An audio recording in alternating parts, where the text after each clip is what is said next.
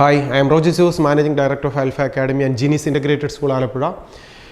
Private self ഫിനാൻസിങ്ങിൽ കേരളത്തിലെ private self financing സെക്ടറിൽ നമുക്കൊരു സൗജന്യമായിട്ട് MBBS നമുക്കറിയാം MBBSന് പ്രൈവറ്റ് സെൽഫ് ഫിനാൻസിങ് കോളേജിൽ പഠിക്കണമെങ്കിൽ 7,65,000 rupees to 9 lakh in between ആണ് ഒരു വർഷത്തെ ഫീസ് വരിക. അത്രയും ഫീസ് നമുക്ക് സൗജന്യമായി പഠിക്കാനുള്ള അവസരം. ഇനി അത് പ്രൈവറ്റ് സെൽഫ് ഫിനാൻസിങ് കോളേജ് മാത്രമല്ല, ഗവൺമെൻറ് സെക്ടർ എടുത്താലും സൗജന്യമായിട്ട് ഒരു MBBS കോഴ്സ് പഠിക്കാൻ ആർക്കൊക്കെയാണ് അർഹതയുള്ളത്, നമുക്കതിനുള്ള എലിജിബിലിറ്റി ഉണ്ടോ എന്നുള്ള കാര്യത്തെക്കുറിച്ച് നമുക്കൊന്ന് ഡിസ്കസ് ചെയ്യാം. ഫസ്റ്റ് വൺ, നമുക്കൊരു MBBSന് സൗജന്യമായി പഠിക്കണമെങ്കിൽ ഒരു കാൻഡിഡേറ്റിന് FM രജിസ്ട്രേഷൻ എന്ന് പറഞ്ഞാൽ ചിൽഡ്രൻ ഓഫ് ഫിഷർമെൻ രജിസ്ട്രേഷൻ കാറ്റഗറിയിൽ ഉൾപ്പെട്ടിട്ടുള്ള ഒരു വിദ്യാർത്ഥിയാണെങ്കിൽ നമുക്കൊരു ഗവൺമെൻറ് സെക്ടറിലോ പ്രൈവറ്റ് സെൽഫ് ഫിനാൻസിങ് സെക്ടറിലോ ഒരു അഡ്മിഷൻ ലഭിച്ചാൽ സൗജന്യമായി തന്നെ ഗവൺമെൻറ്റിൽ പഠിക്കാനുള്ള അവസരമുണ്ട്. ചിൽഡ്രൻ ഓഫ് ഫിഷർമാൻ്റെ രജിസ്റ്റേർഡ് സർട്ടിഫിക്കറ്റ് ഉള്ള പേരൻറ്റിൻ്റെ കുട്ടിയാണോ എന്നുള്ള സർട്ടിഫിക്കറ്റ് ഉള്ളവർക്ക് മാത്രമാണ് നമുക്ക് ഈ ഒരു കൺസിഡറേഷൻ ലഭിക്കുക. ഇനി രണ്ടാമതായിട്ട് വരുന്നത് 3 റെസിഡൻസ് ആയിട്ടുള്ള കാറ്റഗറിയിലുള്ള വിദ്യാർത്ഥികൾ. First one Shri Chitra home, second is juvenile home, third one is Nirbhaya home. ഈ 3 സെക്ടറിലെ റെസിഡൻസ് ആയിട്ടുള്ള വിദ്യാർത്ഥികൾക്ക് അതിനുള്ള സർട്ടിഫിക്കറ്റുകൾ ഉണ്ടെങ്കിൽ നമുക്ക് ഗവൺമെൻറ് സെക്ടറിലാവട്ടെ പ്രൈവറ്റ് സെക്ടറിലാവട്ടെ സൗജന്യമായി തന്നെ MBBS പഠിക്കാനുള്ള പെർമിഷനുണ്ട്.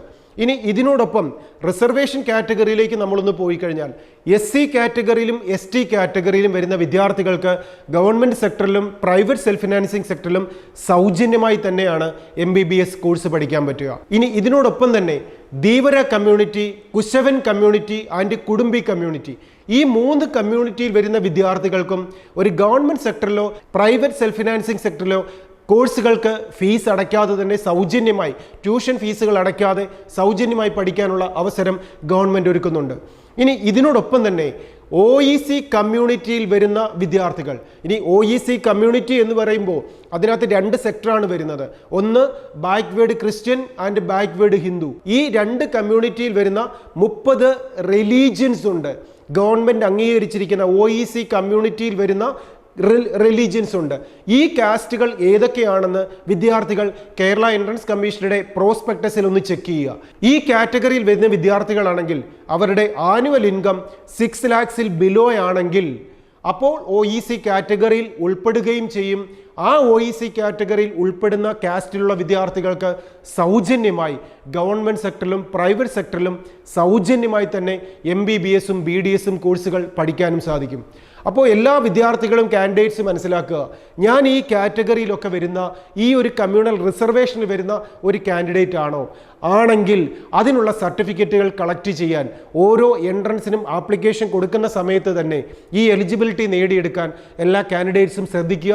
അങ്ങനെ നമ്മുടെ റിസർവേഷൻസും സൗജന്യമായി പഠിക്കാനുള്ള സ്കോളർഷിപ്പുകളും കൃത്യമായി മനസ്സിലാക്കി മുന്നോട്ട് പോവുക. ഇതിനോടൊപ്പം തന്നെ കേരളത്തിലെ വിദ്യാർത്ഥികൾക്ക് BPL കമ്മ്യൂണിറ്റിയിലുള്ള ബിലോ പോവർട്ടി ലൈനിൻ്റെ BPL കമ്മ്യൂണിറ്റിയിൽ വരുന്ന വിദ്യാർത്ഥികൾക്ക് പ്രൈവറ്റ് സെൽഫ് ഫിനാൻസിങ് സെക്ടറിൽ ഫീസ് സ്കോളർഷിപ്പോടെ പഠിക്കാനുള്ള അവസരം ഉണ്ടായിരുന്നു. അത് 2020 വരെ MBBSന് പ്രൈവറ്റ് സെൽഫ് ഫിനാൻസിങ് സെക്ടറിൽ അഡ്മിഷൻ ലഭിച്ച വിദ്യാർത്ഥികൾക്കെല്ലാം ലഭിച്ചിട്ടുമുണ്ട്. ഇനി ഈ സ്കോളർഷിപ്പിനെ ബേസ് ചെയ്ത് ഒരു കേസ് സുപ്രീം കോടതിയിൽ നിലനിൽക്കുന്നത് കൊണ്ട് മാത്രമാണ് ഇപ്പോഴുള്ള വിദ്യാർത്ഥികൾക്ക് ഈ ഒരു സ്കോളർഷിപ്പ് ലഭിക്കാതെ പോകുന്നത്. ഇനി അവർക്ക് ഒരു സ്കോളർഷിപ്പ് ലഭിക്കാനുള്ള എമൗണ്ട് പ്രൈവറ്റ് സെൽഫ് ഫിനാൻസിങ് കോളേജുകളിൽ അത് കൃത്യമായിട്ട് ആ സ്കോളർഷിപ്പ് എമൗണ്ട് ആയിട്ട് അവിടെ നിലനിൽക്കുന്നുണ്ട് താനും. അപ്പോൾ ഈ സുപ്രീം കോടതിയിൽ നിൽക്കുന്ന BPL കമ്മ്യൂണിറ്റിയിലുള്ള വിദ്യാർത്ഥികൾക്ക് ലഭിക്കാനുള്ള സ്കോളർഷിപ്പിൻ്റെ കേസ് എത്രയും വേഗം സുപ്രീം കോടതിയിൽ നിന്ന് തീരട്ടെ. പ്രൈവറ്റ് സെൽഫ് ഫിനാൻസിങ് കോളേജിൽ BPL കമ്മ്യൂണിറ്റിയിൽ വരുന്ന 25,000 rupees ആനുവൽ ഫീസിന് താഴെ വരുന്ന വിദ്യാർത്ഥികൾക്ക് സൗജന്യമായി പഠിക്കാനും സ്കോളർഷിപ്പോട് പഠിക്കാനുമുള്ള അവസരം എത്രയും വേഗം ഒരു ഫൈനൽ വെർഡിക്റ്റിലൂടെ സുപ്രീം കോടതിയിൽ നിന്ന് വരട്ടെ എന്ന് നമുക്ക് ആഗ്രഹിക്കാം.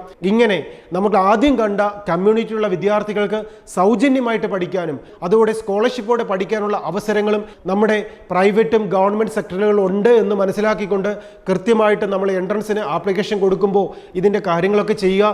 ഇനി എൻട്രൻസ് മേഖലയിലെ പുതിയ അപ്ഡേറ്റ്സുമായി നമുക്ക് വീണ്ടും കാണാം. ഈ യൂട്യൂബ് യൂട്യൂബ് ചാനൽ സബ്സ്ക്രൈബ് ചെയ്യുന്നതിലൂടെ എൻട്രൻസ് മേഖലയിലെ പുതിയ ന്യൂസും അപ്ഡേറ്റ്സും കൃത്യമായി നിങ്ങൾക്ക് ലഭിച്ചുകൊണ്ടേയിരിക്കും. നമുക്കറിയാം +1 +2 പഠിക്കുന്ന സമയത്ത് സയൻസ് പഠിക്കുന്ന വിദ്യാർത്ഥികൾക്ക് ധാരാളം എൻട്രൻസ് പരീക്ഷകളാണ് ഒരു വിദ്യാർത്ഥിക്ക് 17ാമത്തെ വയസ്സിൽ എഴുതാനുള്ളത്. ഈ എക്സാമിനേഷനൊക്കെ ജയിക്കുന്നതാണ് നമ്മുടെ ലൈഫിൻ്റെ ടേണിംഗ് പോയിന്റായി, കരിയറായി, ലൈഫിൻ്റെ ബെസ്റ്റ് ഡെസിഗ്നേഷനായി ഒക്കെ മാറ്റപ്പെടുന്നത്. അത് കൃത്യമായ ഡിസിഷൻസ് കൃത്യമായ സമയത്തെടുക്കുന്നതിലൂടെയാണ് വിദ്യാർത്ഥികൾക്ക് അത് ലഭിക്കുകയും ചെയ്യുക. ഇങ്ങനെയുള്ള അവസരങ്ങളിൽ നിങ്ങളെ നന്നായിട്ട് ഹെൽപ്പ് ചെയ്യാനും ഗൈഡ് ചെയ്യാനും ഏറ്റവും നന്നായിട്ട് പഠിപ്പിച്ച് അതിലേക്ക് എത്തിക്കാനും ആൽഫ അക്കാഡമി നിങ്ങളോടൊപ്പം കൂടെയുണ്ട്. എല്ലാ സംശയങ്ങൾക്കും ആൽഫയുടെ ക്യാമ്പസിലേക്ക് വിളിക്കാം.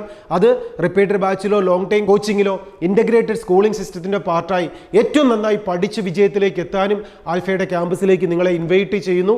ഏറ്റവും നല്ല വിജയമാണ് ആൽഫ അക്കാഡമി പ്രൊവൈഡ് ചെയ്യുന്നത് കഴിഞ്ഞ 25 ഇയേഴ്സായി. അങ്ങനെ ഒരു സിസ്റ്റത്തിൻ്റെ പാർട്ടാകാനും നിങ്ങളെ ഇൻവൈറ്റ് ചെയ്യുന്നു. All the best.